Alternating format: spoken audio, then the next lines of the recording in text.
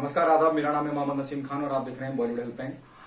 आज मैं जिस एक्ट्रेस की बात करने जा रहा हूं उनका नाम है संदली सिन्हा। संदली सिन्हा एक बहुत वेल एजुकेटेड फैमिली से आती है। उनके परिवार में ज्यादा से ज्यादा लोग कुछ डॉक्टर्स थे, कुछ डॉक्टर्स हैं, कुछ पुलिस सेवा में हैं, कुछ आर्मी में हैं। उनका पूरा का पूरा परिवार एक वेल कल्चर फैमिली है और वो उसी परिवार से आती है जहाँ पे ज्यादा करके डॉक्टर्स, इंजीनियर्स और इस तरह के लोगों का समावेश था। लेकिन उनको शुरू से ही दिलचस्पी थी फिल्म इंडस्ट्री की और स्कूल कॉलेज के दौरान उन्हें मॉडलिंग का शौक लगा और मॉडलिंग करते करते उन्हें बहुत सारे बड़े बड़े असाइनमेंट मिले। फेयर एंड लवली मिला और भी कई असाइनमेंट उनको मिल गए। उसके बाद उन्हें लगा कि उन्होंने इस काम को सीरियसली लेना चालू किया और इत्तेफाक से उसी दौरान 2001 की मैं बात कर रहा हूँ, सोनू निगम अपनी एल्बम बना रहे थे, इसका नाम था दीवाना, और उसे डायरेक्ट कर रहे थे जाने माने डायरेक्टर अनुभव सिन्हा साहब। अनुभव सिन्हा साहब ने वो पहला गाना डायरेक्ट किया जो इतना फेमस हुआ, जो आज तक अपनी मकबूलियत के लिए जाना जाता है, दीवाना जो उनकी एल्बम थी। और उसी गाने ने संदली सिन्हा को भी एक पहचान दिलाई थी। उसके बाद कुछ वक्त बाद अनुभव सिन्हा ने तुम बिन फिल्म अनाउंस करी और 2001 में ही वो फिल्म आई और फिल्म इतनी सुपर हिट रही, इतनी बड़ी कामयाब रही कि आज भी लोग बाग तुम बिन को संदली सिन्हा की वजह से और प्रियांशु चटर्जी और बाकी के जो कलाकार थे उनकी वजह से फिल्म को आज भी याद करा जाता है। लेकिन उस फिल्म की रिलीज के बाद संदली ज्यादा काम नहीं कर पाई इंडस्ट्री में। उसके बाद उन्होंने एक फिल्म की पिंजर, जिसमें उर्मिला मातोंडकर भी थी, और उस फिल्म पहले तुम बिन करिए, उसके बाद उनको पिंजर मिली। पिंजर के बाद उनको जिस तरह की फिल्में मिलनी चाहिए थी, जिस तरह का नाम और मकबूलियत उनको हासिल हुई थी तुम बिन की रिलीज के बाद और तुम बिन की कामयाबी के बाद, उसके बाद वो कामयाबी का चस्का उसके बाद उन्होंने जो कामयाबी, उसके बाद तुम बिन के बाद जिस तरह की कामयाबी उनको मिलनी चाहिए थी हिंदी फिल्म इंडस्ट्री में, वो नहीं मिली। ये बड़ा विडंबना रही या बदकिस्मती रही संदली सिन्हा के केस में। लेकिन संदली सिन्हा की सबसे अच्छी बात ये रही कि उनपे कोई भी चीज हावी नहीं हुई।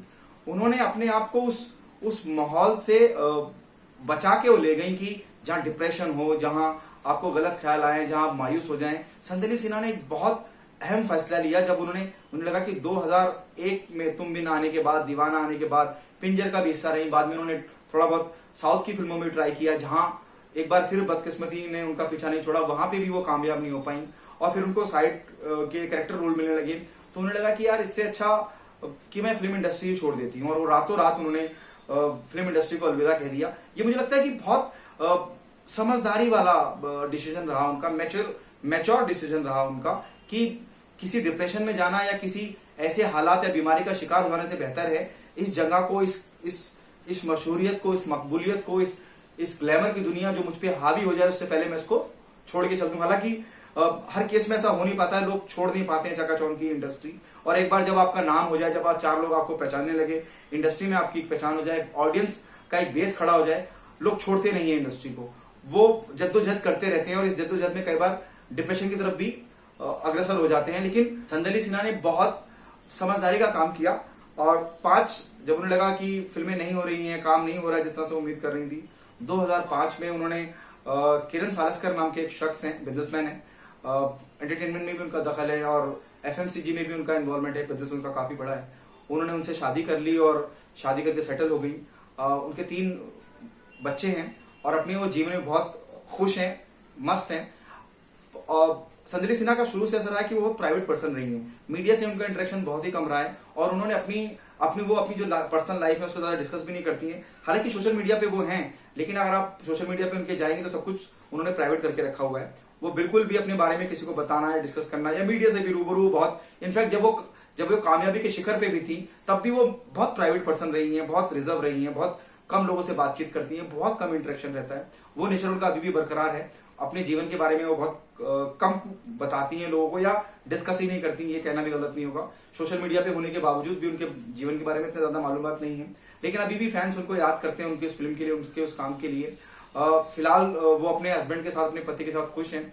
और एक बार फिर जब उन्होंने वापसी कहना गलत लफ्ज होगा, तुम बिन जिन्होंने डायरेक्ट की थी अनुभव सिन्हा साहब, या दीवाना जो पहला गाना था सोनू निगम के साथ, वो भी अनुभव सिन्हा ने डायरेक्ट किया था। शायद अनुभव सिन्हा की रिक्वेस्ट पे संदली सिन्हा एक बार वापस फिर आई जब अनुभव सिन्हा ने तुम बिन 2 बनाई।